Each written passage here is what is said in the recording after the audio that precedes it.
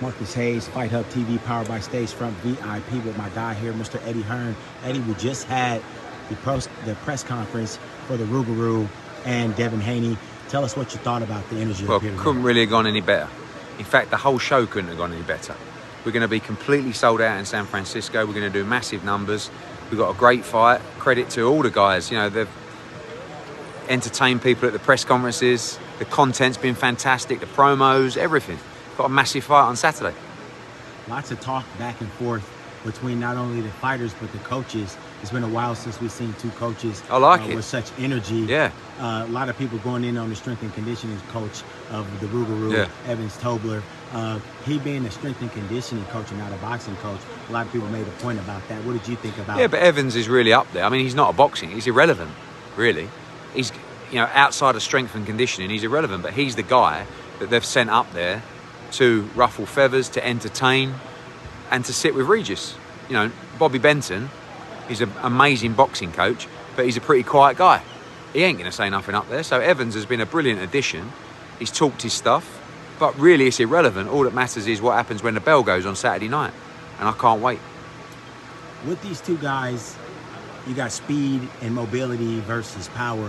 Maybe. A lot of people saying maybe that's power, but people may be you think people are underestimating the Rougarou's overall skills? Yeah, but I'm also think people are underestimating that Devin Haney might punch harder at 140. You know, don't forget, physically, the stress on his body to make 135 was brutal. Do you know what I mean? So I think that actually he's going to punch harder at 140. Regis can definitely punch, but his boxing skills are also underrated. I think it's a brilliant matchup, I really do. We've got just about 2 days left, or just the weigh-in for tomorrow. With the energy it was here just now, you look around, there was no fans here. Now you're going to fill the building up tomorrow and get a little bit more energy for the ceremonial weigh-in. What are your expectations for tomorrow? Yeah, I'm just expecting a great crowd, just great anticipation.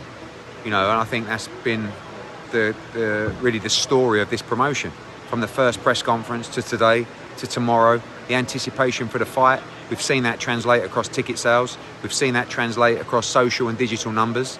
And yeah, just really excited for a massive fight on Saturday.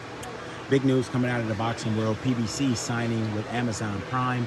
Looks like they'll be back in the boxing game as of 2024. What do you think about that story when you heard about it? You know, I don't know the financials. I don't think it's a massive rights fee deal. It's not like a revenue share deal. Which is difficult, but also at the same time, good.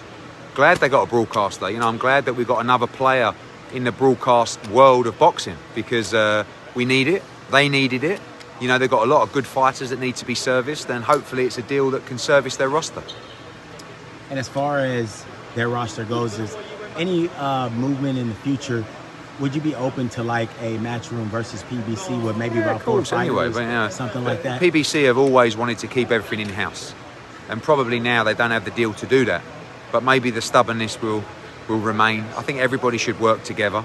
I think, you know, we've seen really with the Saudi card, when promoters come together, how great you can build a card and how big a night can be. But we'll see what happens. Obviously, they'll want to make sure they have their talent with their broadcaster, and we want to do the same. So it's difficult to make those fights, but hopefully we can make some big fights moving forward. You've been here a couple of days now. What has surprised you the most about Media Week so far? Just the energy, the numbers, you know, the amount of media applications that we've had. I mean, I think Anthony said over 180 media applications just for this event. It just shows you that when you make a great fight and people come together to build a great promotion, what you can do. And this is a massive night for US boxing, because it's not Vegas, it's not Madison Square Garden. This is a brand new city, a brand new arena that's never staged boxing before. This city hasn't had a fight since 2001, and that was Floyd Mayweather in I think it was a small fight in a small venue. So this is Manny Pacquiao as an undercard, like the fourth fight or something. Yeah. Like that. Well, there you go. So this is a big night for US boxing, and hopefully these guys give us a night to remember. Well, Eddie, we don't want to keep you too much longer. We want to thank you for your time. No worries. I'll see you at the weigh-in. We look forward to seeing you during the fight. Cheers, mate. Take care. Thank you.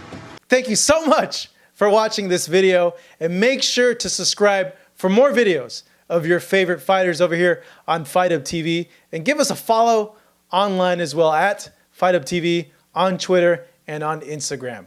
We appreciate it, guys.